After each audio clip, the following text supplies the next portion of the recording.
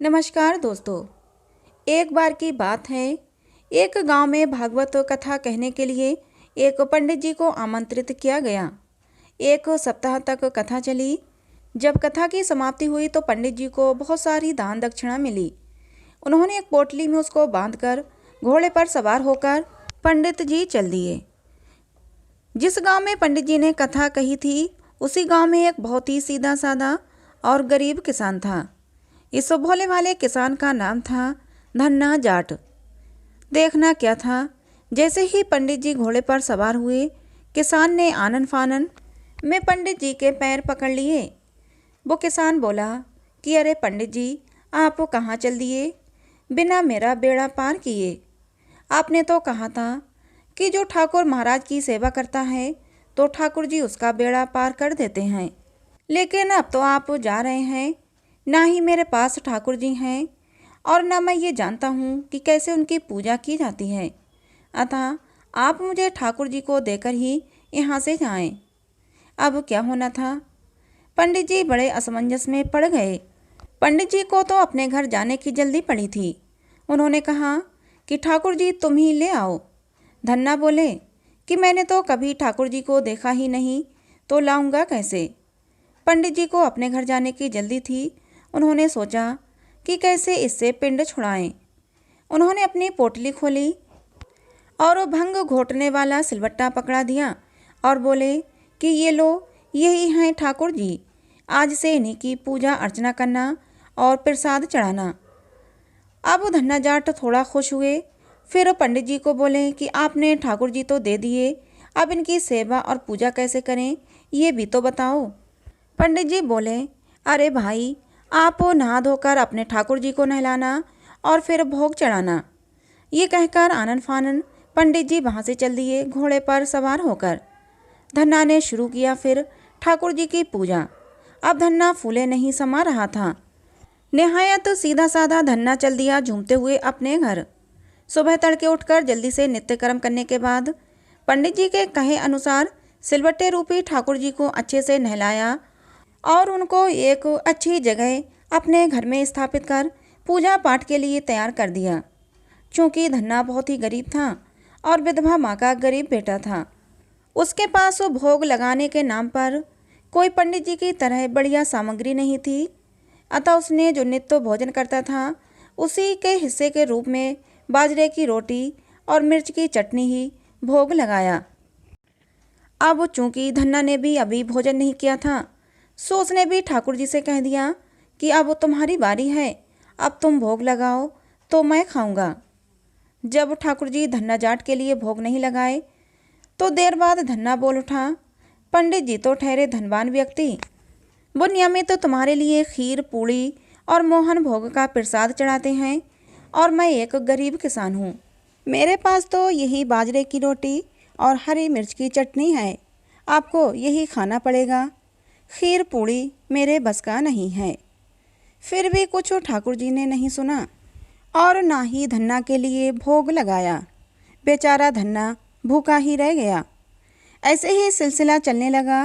धन्ना रोज बाजरे की रोटी और हरी मिर्च की चटनी का भोग लगाकर ठाकुर जी से हट करने लगा, लेकिन ठाकुर जी की दया उसके ऊपर नहीं हो रही थी।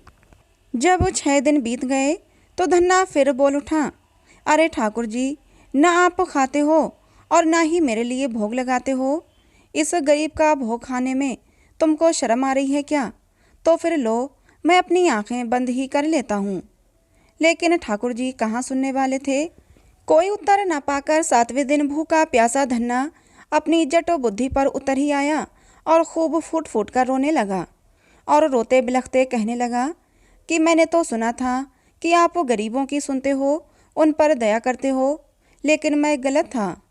ठीक, आपको नहीं खाना मत खाओ, लेकिन मैं भी अब जिंदा नहीं रहूँगा। अब ना ही मुझे जीना है। इतने पर धन्ना ने सिलवट्टा लिया और अपना सर फोड़ने पर उतारू हो गया। इतने में ही उस सिलवट्टे से एक बहुत ही तेज प्रकाश पुंज प्रकट हुआ और गरीब धन्ना का हाथ पकड़कर कहा, ले देख धन्ना, मैं तेरा ये भोग खा रहा हूँ। फिर बड़े आनंद के साथ ठाकुर जी बाजरे की रोटी और हरी मिर्च की चटनी खाने लगे।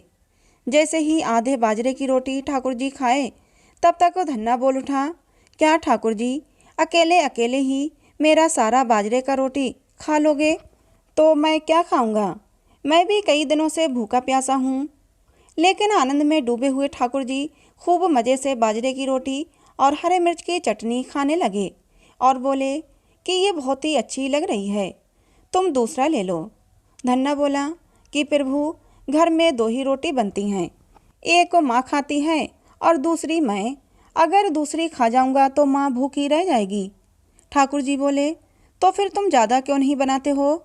धन्ना बोला, अरे प्रभु, मेरे पास एक ही खेत है और वो भी छोटा, ऊपर से मैं अकेला। ठाकुर जी बोले, और खेत लेकर जोत लो तो। धन्ना बोला, प्रभु, मेरे पास बैल ना है, मैं तो स्वयं खेतों को जोतता हूँ। फिर ठाकुर जी बोले कि बेटा, तो नौकर रख ले। धन्ना थोड़ा अंकुशाए और कहा कि प्रभु, आप तो गरीब की मजाक उड़ावत हो। हमारे पास नौकर रखे की हैसियत रहे तो हम दोनों माँ बेटे 2 बकत की रोटी बढ़िया से खा लेते। अब ठाकुर जी पिघल गए और बोले कि बेटा, अब तू चिंता मत कर, आज से मैं तुम्हारी सहायता करूँगा। ईश्वर की जिस पर हो दृष्टि, तो मान लो भाई कि उसकी बदल जाए सृष्टि। भक्त के भेष में है भगवान, हो गए ठाकुर जी धन्ना के साथी। धन्ना के लिए एक भाई। अब ठाकुर जी शुरू कर दिए धन्ना की सहायता करना। ठाकुर जी धन्ना के साथ खेतों में काम करना शुरू कर दिए। ठाकुर जी ने धन्ना को अच्छी खेती करने में मदद की और बढ़िया जमीन और बैलों की जोड़ी दिलवा दिए। कुछ समय बाद घर में गाय आदि भी आ गई। अब तो गरीब धन्ना का मकान भी पक्का हो गया, सवारी आदि के लिए घोड़ा आ गया। धन्ना की काया ही पलट हो गई। धन्ना के दिन और रात दोनों बदल गए। धन्ना एक बड़ा जमींदार बन गया। ईश्वर किन किन रूपों में आकर आपकी सहायता करता है, ये वही जान सकता है जो ईश्वर के करीब रहता है। सच में मेरे प्यारे भक्तों, बस आप सबरी की तरह ईश्वर पर भरोसा रखो। देखना, ईश्वर आपके आसपास ही हैं, आपके अंदर ही हैं। बहुत दिनों बाद पंडित जी का आगमन धन्ना के गांव में हुआ। फिर उसी गांव में भागवत कथा कहने के लिए जमींदार धन्ना भी पंडित जी के दर्शन के लिए गए। धन्ना जाकर पंडित जी को अपनी आप बीती बताए और कहे कि पंडित जी, आप जो ठाकुर जी मुझे दिए थे, वो तो 6 दिन तक कुछ खाए पिए ही नहीं और मुझे भी भूखे रखे। 7वें दिन जब उनको भूख से नहीं रहा गया, तो फिर वो प्रकट हुए और मुझे गरीब का भोजन किए और मेरे साथी बन गए और मेरे साथ मेरे सारे कामों में हाथ बंटाए। अब तो ठाकुर जी की कृपा और सहायता से मेरे पास अच्छा खासा धन इकट्ठा हो गया है, जिससे मैं आपके लिए कुछ दान दक्षिणा की व्यवस्था करूँगा। पंडित जी थोड़ा हकबकाए और सोचे कि ये मूर्ख व्यक्ति है, मैंने तो इसको दिया था एक भंग पीसने वाला सिलवट्टा, कहाँ से इसमें ठाकुर जी मिल गए। अब पंडित जी को क्या मालूम कब किसके साथ ईश्वर अपनी कृपाओं का बौछार किस रूप में कर दें। जब वो पंडित जी ने गांव वालों से पूछा, तो उन्होंने तपाक से कह दिया कि पंडित जी, धन्ना के घर चमत्कार तो हुआ ही है, साथ ही अब धन्ना गरीब नहीं रहा। अब धन्ना गरीब कहाँ रहा, वो जमींदार हो गया है। अब वो पंडित जी भी बेचैन हो गए और धन्ना से बोले कि कल जब तुम कथा सुनने आना, तो अपने मित्र को लेकर आना, जो तुम्हारे साथ तुम्हारा हाथ बटाता है। भोला भाला धन्ना घर गया और अपने मित्र से कहा कि चलो, कल मेरे साथ तुम भी भागवत कथा सुनने चलना, तुमको पंडित जी बुलाए हैं। उसके मित्र ठाकुर जी बोले कि ना बाबा, मैं नहीं जाऊंगा कोई कथा वथा सुनने। धन्ना बोले, तो क्या पंडित जी को ही तुमसे मिलने ले आऊं? मित्र ठाकुर जी बोले कि ये सब करने की ज़रूरत नहीं, मैं उस पंडित की कथा नहीं सुनूंगा, वो झूठ की कथा कहता है। झूठी कथा कहने वालों से मैं नहीं मिलता। मुझे तो सिर्फ सच्चे प्रेम वाले लोग ही पसंद हैं। जो मुझे सच्चे प्रेम से याद करता है, मैं उसके वश में रहता हूँ और मैं भी उस भक्त को पसंद करता हूँ। झूठे पूजा पाठ करने वाले लोग मुझे पसंद नहीं हैं। यही होता है साथियों, लोगों को लगता है कि भगवान को कथा, प्रसाद, पैसा आदि चढ़ा देने से वो खुश हो जाएंगे, तो ये इंसान का सबसे बड़ा भ्रम है। आप किसी चीज़ पर एक बार विश्वास करके देखें, अपनी प्रार्थनाओं पर, अपनी पूजा पर, अपने ईश्वर पर, अपनी किस्मत पर, अपनी मेहनत पर, आप विश्वास करके तो देखिए, आपका जीवन संवर जाएगा। धन्ना भगत हम ही लोगों में से थे।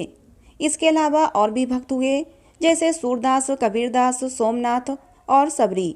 ये लोग विश्वास और भक्ति से ईश्वर को प्रसन्न किए और ईश्वर को पा गए। लोगों ने इनके विश्वास को तोड़ने की भी कोशिश की, पर इनका विश्वास नहीं टूटा। आप भगवान को, अपने ईश्वर को याद करें, बशर्ते आप भोलेपन में सच्चे मन से पुकारें। कोई दिखावा उनको पसंद नहीं है। तो दोस्तों, कहानी सुनने के लिए आप लोगों का बहुत बहुत धन्यवाद। कहानी आपको कैसी लगी ज़रूर बताना। अच्छी लगी हो तो प्लीज़ इसे एक लाइक और चैनल को सब्सक्राइब जरूर कर लेना। मिलते हैं अगली किसी नई कहानी में।